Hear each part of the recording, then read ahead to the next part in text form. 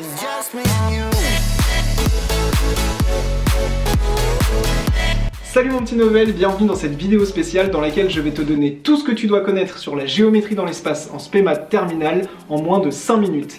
Le chrono est lancé, on va voir ensemble 4 chapitres de géométrie dans l'espace en 5 minutes avec toutes les notions à absolument connaître. J'espère que t'es prêt, c'est parti! Dans la première vidéo de cours sur la géométrie, on a commencé par parler des vecteurs. Un vecteur, ça peut se représenter comme ceci. Ça a donc une direction, un sens et une norme, c'est-à-dire une certaine longueur. On l'appelle par exemple U et on met une petite flèche au-dessus pour dire que c'est un vecteur. Et on peut le matérialiser par des points, par exemple le point A et le point B, ce qui nous donnera donc le vecteur A, B. Et l'ordre est super important, on va bien de A vers B quand on lit la flèche et pas de B vers A. Attention à ça. On a la relation de Chasles qui nous dit que si on a un vecteur AC comme ceci, et ici un vecteur AB et BC donc qui ont le même point de départ et le même point d'arrivée, on peut dire que AC, le vecteur AC, il est égal au vecteur AB plus le vecteur BC. Donc on peut décomposer un vecteur en plusieurs sous-vecteurs si ces vecteurs ont le même point de départ et le même point d'arrivée. Et enfin, deux vecteurs sont collinéaires si U est égal à lambda fois V, avec lambda une inconnue, un réel, comme ceci. Et bien ça, c'est ce qu'on appelle des vecteurs collinéaires, et ce sera très utilisé dans les exercices pour montrer que des points sont alignés ou que des droites sont parallèles. Parlons maintenant de la droite. La droite, elle a une direction comme ceci, et on peut la définir à partir d'un point de référence, par exemple A, et de son vecteur directeur, c'est-à-dire le vecteur qu'on a représenté comme ceci. Pour montrer que deux droites sont parallèles, on prendra leurs deux vecteurs directeurs et on montrera que ces vecteurs sont collinéaires. Parlons maintenant des plans. Un plan, il est défini par deux droites séquentes, comme ceci. On aura donc ici un point de repère A et on aura donc leurs deux vecteurs directeurs comme ceci, U et V. Pour montrer que M, un point quelconque, appartient à ce plan, il faut montrer que AM, c'est-à-dire le vecteur AM qu'on a ici, est égal à une combinaison linéaire des deux vecteurs de notre plan et qu'on a donc XU plus YV avec X et Y des constantes qui appartiennent au réel. Et si on montre ça, on a donc que le point M appartient bien à notre plan P. Autre notion, comment est-ce qu'on fait pour montrer que des vecteurs sont coplanaires, c'est-à-dire qu'ils sont dans le même plan? Et bien tout simplement en montrant que W est égal à XU plus YV. Et si on a cette relation, on sait que W, U et V sont des vecteurs coplanaires, c'est-à-dire qu'ils sont dans le même plan. Dans les exercices, on a souvent parlé des bases. Une base, eh bien c'est tout simplement trois vecteurs qui vont permettre de déterminer n'importe quel point et n'importe quel vecteur à partir de coordonnées. Un repère orthonormé ou une base orthonormée, c'est lorsque les trois vecteurs comme ceci sont orthogonaux les uns par rapport aux autres et lorsqu'ils ont tous la même longueur. Si dans une base ou un repère j'ai un point A comme ceci et un point B ici, je peux déterminer leurs coordonnées et je peux déterminer surtout les coordonnées du vecteur AB comme ceci. Le vecteur AB, il a pour coordonnées xb moins xa, yb moins ya et zb moins za, c'est-à-dire la soustraction des coordonnées de B moins celles de A.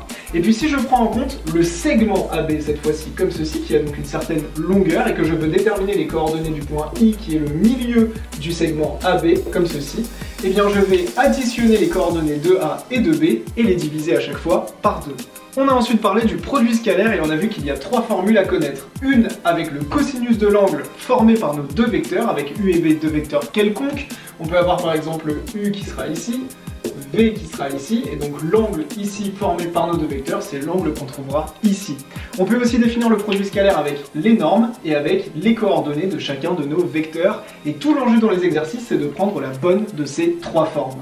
On a vu que si deux vecteurs sont orthogonaux, c'est-à-dire perpendiculaires, alors le produit scalaire est nul.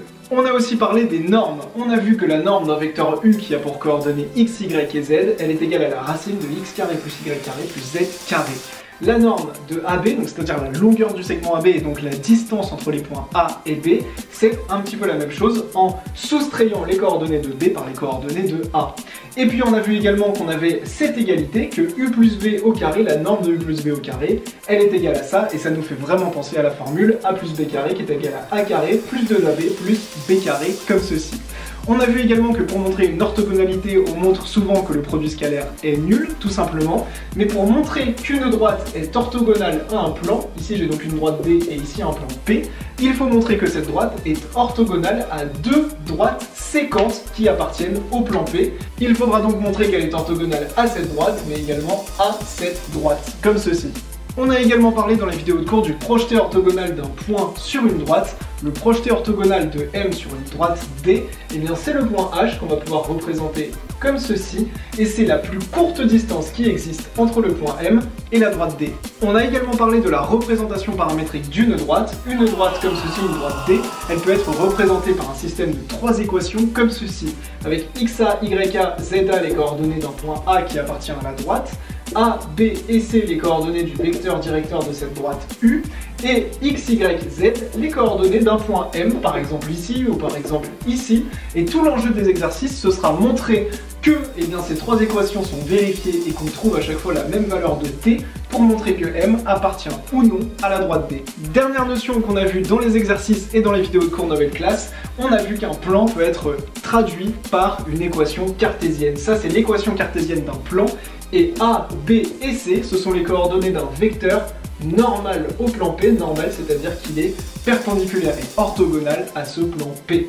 Et ça, c'est une équation qui va nous permettre d'utiliser un plan dans les exercices sans forcément avoir besoin de dessins et de repères. J'espère que cette vidéo résumée t'a plu, j'espère que j'ai tout dit en moins de 5 minutes. N'oublie pas de t'abonner à ma chaîne YouTube, c'est super important. Et je te dis à très vite dans les vidéos de cours et d'exercices Nouvelle Classe sur mon site nouvelleclasse.com où on voit dans le détail toutes ces notions. Merci à toi et à très vite. C'était Théo, ciao.